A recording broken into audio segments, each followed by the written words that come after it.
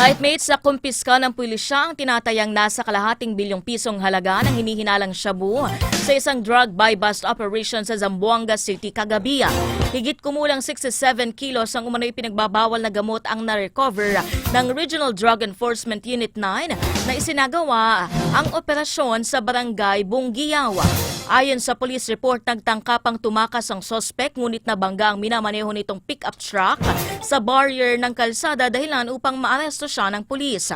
Sa hiwalay namang operasyon sa barangay Canilar sa parehong lungsod, nakulimbat ang nasa 4 na kilo o 27 million pesos na halaga ng iligal na droga. Umaga ng Martes. Batay sa paunang investigasyon, dating miyembro umano ng Armed Forces of the Philippines ang itinuturong suspect sa buy-bust operation.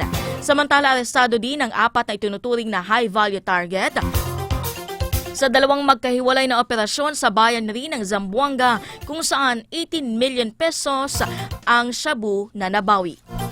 Newsnight.